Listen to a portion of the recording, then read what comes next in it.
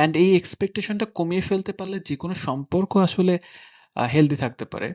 সেটা হলো যে সম্পর্কে দুজনকে এফোর্ট দিতে হয়। ইটস নট লাইক আমি 50% এফোর্ট দিয়েছি, এবার আমি চুপচাপ বসে আছি, তুমি বাকি 50% এফোর্ট দিবে। ব্যাপারটা এমন না। ও কেন সব ঠিক করছে না? দেখেন, কোনো সম্পর্কে একজনের দায়িত্ব না, সে ছেলে হোক বা মেয়ে হোক, তাকেই সবকিছু ঠিক করতে হবে। ওয়েলকাম সবাইকে আস্ক মি এই ভিডিও সিরিজে। এবং আজকের এপিসোডে আমি যে প্রশ্নটি নিয়েছি সেটি হোয়াটসঅ্যাপ থেকে। হোয়াটসঅ্যাপ আমাকে যা লেখা হয়েছে সেই কথাগুলোকে সামারি করে আপনার সাথে শেয়ার করছি। অ্যাট দ্য সেম টাইম পাশে স্ক্রিনশটটিও শেয়ার করছি এবং ডেসক্রিপশন বক্সে সম্পূর্ণ কোশ্চেনটি শেয়ার করা থাকবে। আপনি চাইলে পড়ে দেখতে পারেন। একজন ফিমেল পারসন আমাকে হোয়াটসঅ্যাপে লিখেছেন তাদের 6 মাসের সম্পর্ক। তিনি তার পার্টনার সম্পর্কে জানান যে তিনি প্রচন্ড লয়াল, অনেস্ট অ্যান্ড কেয়ারিং এবং তিনি হ্যান্ডসাম, টল, সব মিলিয়ে একজন ভালো মানুষ, তিনি এমনটা লিখছেন। তাদের এই সম্পর্কটা লং ডিসট্যান্সে।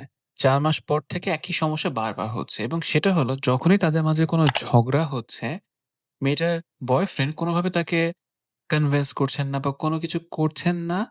বরং তিনি আসলে ডিসঅ্যাপিয়ার মোডে চলে যাচ্ছেন। মানে ২-১ দিন কোনো খবর নেই। ২-১ দিন পর যখন টেক্সট দিচ্ছেন, টেক্সটটা খুবই নরমাল থাকছে যে, "কেমন আছো? দুপুরে খেয়েছো কিনা?" এই ধরনের র‍্যান্ডম নরমাল টেক্সট দিচ্ছেন। যিনি হোয়াটসঅ্যাপ করেছেন তিনি লিখছেন যে, তিনি নিজে থেকে কথা না বলতে চাইলে বা প্রবলেম সলভ করতে না চাইলে ছেলেটা কোনো রকমের কনভারসেশন করছেন না। তার রাগ ভাঙানোর চেষ্টা করছেন না কিংবা তার যে কষ্ট হচ্ছে ইমোশনালি, এই বিষয়টা তিনি বুঝতে পারছেন। তার একটা এনক্সাইটি কাজ করছে, তার একটা ইমোশনাল ইনসিকিউরিটি কাজ করছে। এই বিষয়গুলো তার বয়ফ্রেন্ড বুঝতে পারছেন না। অনেকদিন ধরে এমনটা চলার পর তিনি আসলে ব্রেকআপ করতে চান বা ইগনোর করতে চান। তখন আবার তার বয়ফ্রেন্ড তাকে এফোর্ট দেওয়া শুরু করেন বা কথা বলতে চান। তার বয়ফ্রেন্ডকে তিনি জানিয়েছেন, "তুমি সবকিছু ঠিক করার চেষ্টা করো, এফোর্ট দাও, আদারওয়াইজ আমাকে মুভ অন করতে দাও।" তো ছেলেটা মুভ অন করতে দিবে না।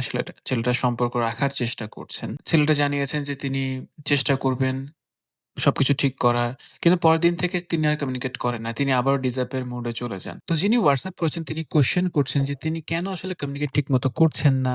তিনি তার সাথে সারাজীবন থাকলে লং রান এ কি হ্যাপি হতে পারবেন কিনা? এই বিষয়টা তিনি আসলে জানতে চেয়েছেন বা ওভারঅল আমার কাছে মনে হয়েছে তিনি আসলে কি করতে পারেন? এই সিচুয়েশনটাতে তার আসলে কি করা আছে? অ্যান্ড আপনিও যদি সেইম সিচুয়েশন এ থাকেন যে আপনার পার্টনারও কোনো ইস্যুস হলে আ ডিসঅ্যাপিয়ার মোড এ চলে যাচ্ছেন বা নাই হয়ে যাচ্ছেন। ২-১ দিন পর কামব্যাক করছেন অ্যান্ড দেন খুব নরমাল টেক্সট করছেন। সেক্ষেত্রে আপনার আসলে কি করা আছে? আজকের ভিডিও দেখলে কিছুটা ইনসাইট খুঁজে পাবেন।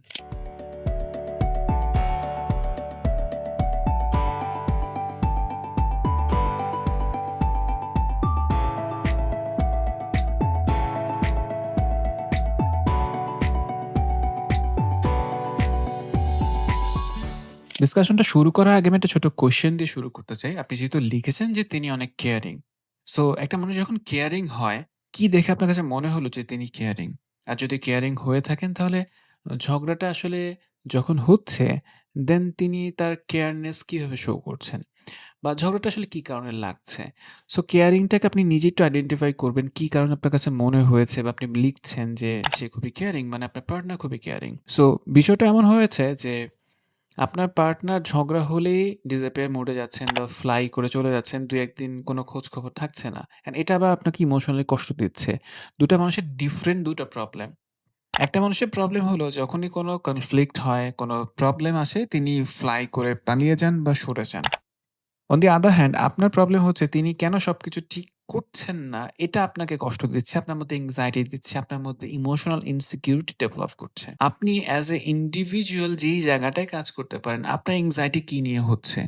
তিনি যোগাযোগ করছেন না, এটাই কি আপনার এনক্সাইটির কারণ? নাকি তার সাথে কমিউনিকেশন হচ্ছে না, এটাই আপনার এনক্সাইটির কারণ? নিজেকে প্রশ্ন করবেন। সেকেন্ডলি, আপনি যখন লিখছিলেন যে, "ও কেন সব ঠিক করছে না?" দেখেন, কোনো সম্পর্কে একজনের দায়িত্ব না, সে ছেলে হোক বা মেয়ে হোক, তাকেই সবকিছু ঠিক করতে হবে। সম্পর্কে দুজনকে এফোর্ট দিতে হয়। ইটস নট লাইক আমি 50% এফোর্ট দিয়েছি, এবার আমি চুপচাপ বসে আছি, তুমি বাকি 50% এফোর্ট দিবে। ব্যাপারটা এমন না। আপনি আপনার 100% এফোর্ট দিবেন, তিনি তার 100% এফোর্ট দিবেন। দেন একটা সম্পর্ক সাস্টেইন করতে পারে বা লং রানে হ্যাপিনেস পাওয়া যেতে পারে। আপনি যখনই লিখছেন যে ও কিছু ঠিক করছে না, ও আমাকে কমফোর্ট দিচ্ছে না, আসলে ওই মানুষ কিভাবে বুঝবেন যে আপনি কিভাবে কমফোর্ট ফিল করবেন? আমি বুঝতে পারলাম যে তিনি অনেক আন্ডারস্ট্যান্ডিং পারসন। আমি বুঝতে পারলাম যে তিনি অনেক লয়াল, তিনি কেয়ার করেন। honestly একটা কথা হলো, একটা মানুষ তার নিজের ইমোশন বুঝতে পারে না। তিনি আসলে ইমোশনালি কোন স্টেটে আছে, কি করলে তিনি বেটার ফিল করবেন, এটা অনেক ক্ষেত্রে আমরা মানুষ নিজেই বুঝতে পারি না। অ্যান্ড therefore আমাদের সবচাইতে বেশি ইম্পোর্টেন্ট হচ্ছে নিজেকে চেনা, নিজেকে বোঝা। সো আপনি নিজেকে একটু প্রশ্ন করে দেখেন যে তিনি আপনাকে কমফোর্ট দিচ্ছেন না, আপনি কি আপনাকে কমফোর্ট দিচ্ছেন কিনা? আপনি কি আপনাকে বুঝতে পারছেন কিনা? সবকিছু পার্টনারের উপরে ডিপেন্ড না করে নিজেকে কমফোর্ট দেওয়ার দায়িত্ব নিজের উপর রাখা উচিত যে, ওয়েল আমার পার্টনার আমার সাথে ২-১ দিন কোনো কথা বলছেন না। এটা তার সমস্যা। তিনি হয়তো ইনসিকিউর অ্যাটাচমেন্ট এ আছেন। তার হয়তো অ্যাভয়েডেন্ট অ্যাটাচমেন্ট স্টাইল থাকতে পারে। সো আমি কি কারণে আসলে পাজলড হচ্ছি, আমি কি কারণে অ্যাংশিয়াস ফিল করছি, নিজেকে প্রশ্ন করেন। অ্যান্ড এই এক্সপেকটেশনটা কমিয়ে ফেলতে পারলে যেকোনো সম্পর্ক আসলে হেলথি থাকতে পারে। সেটা হলো যে ও আমাকে ঠিক করবে। ও ঝগড়া হলে আমাকে রাগ ভাঙাবে। দুজনের দায়িত্ব। এগেইন আমি কোনো ছেলের পক্ষ নিয়ে বলছি না বা কোনো মেয়ের প্রতি বায়াসড হয়ে বলছি না। আমি বলছি দুটো মানুষের দায়িত্ব একজন আরেকজনকে কমফোর্ট দেওয়া। আপনি তাকে কমফোর্ট দিবেন, তিনি আপনাকে কমফোর্ট দিবে। আপনি যদি এটা বলেন যে, "আমি কমফোর্ট চাচ্ছি, তুমি কেন আমাকে কমফোর্ট দিচ্ছ না?" এর থেকে বেটার ভার্শন হচ্ছে আপনি তাকে কমফোর্ট দিবেন। ইন ফিউচার আশা রাখতে পারেন তিনি আপনাকে কমফোর্ট দিবেন। অ্যাজ এ থেরাপিস্ট আমার চেম্বারে ক্লায়েন্ট দেখা এক্সপেরিয়েন্স থেকে আমি বলতে পারি বা বিভিন্ন WhatsApp যখন পাই বা যারা কিনা অনলাইনে সেশন নিচ্ছেন তাদের কথার উপর বেস করে বলতে পারি যে, লং ডিসট্যান্স রিলেশনশিপে ডিফিকাল্টিজ বেশি কম্পেয়ার টু যারা কিনা ইন পারসন রিলেশনশিপে আছেন। মানে যারা কিনা একই শহরে থাকেন, একই এলাকায় থাকেন, তাদের ডিফিকাল্টিজ তুলনামূলক কম হয়ে থাকে। বিকজ আপনি হয়তো টেক্সট করছেন, আপনি হয়তো ওভার দি ফোন কথা বলছেন। একটা টেক্সট লিখলে যেই টোনটা হয়, সেই টোনটা কিন্তু আবার ডিফারেন্ট হবে আপনি যখন তাকে ভোকাল ওয়েতে বলছেন, মানে ভার্বালি বলছেন। এগেইন আপনি যখন তার সাথে দেখা করে কথা বলবেন, ওটার সিচুয়েশনটা আবার ডিফারেন্ট হবে। আপনার একটাই কথা, জাস্ট আপনার ভয়েস মডুলেশন, আপনার ফেসিয়াল এক্সপ্রেশন, আপনার জেসচার, আপনার পোশ্চারের জন্য অনেক রকমের ডিফারেন্ট মেসেজ জেনারেট করতে পারে।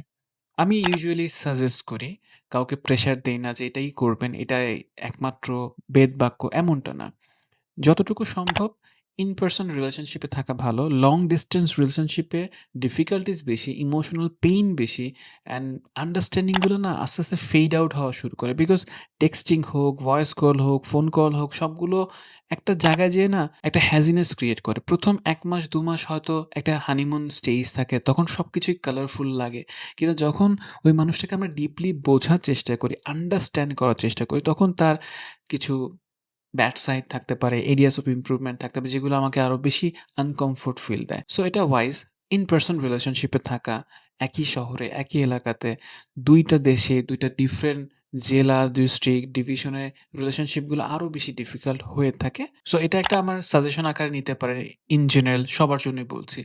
লং ডিসট্যান্স রিলেশনশিপ এভয়েড করাটাই ওয়াইজ অ্যান্ড সোশ্যাল মিডিয়ার থ্রুতে যে রিলেশনশিপগুলো হয়ে থাকে লাইক ফেসবুকে চিট-চ্যাট করতে, করতে হয়ে গেছে রিলেশনশিপ বা Tinder থেকে হয়েছে, Insta থেকে হয়েছে এবং এই ধরনের রিলেশনশিপগুলোতে ডিফিকাল্টিজ কম্পারেটিভলি অনেক বেশি হয়ে থাকে। ফাইনালি বলব আপনি একটু চিন্তা করেন, নিজেকে প্রশ্ন করেন যে কি এমন কারণ থাকতে পারে যার জন্য আপনি তার সাথে সারা জীবন থাকতে চান?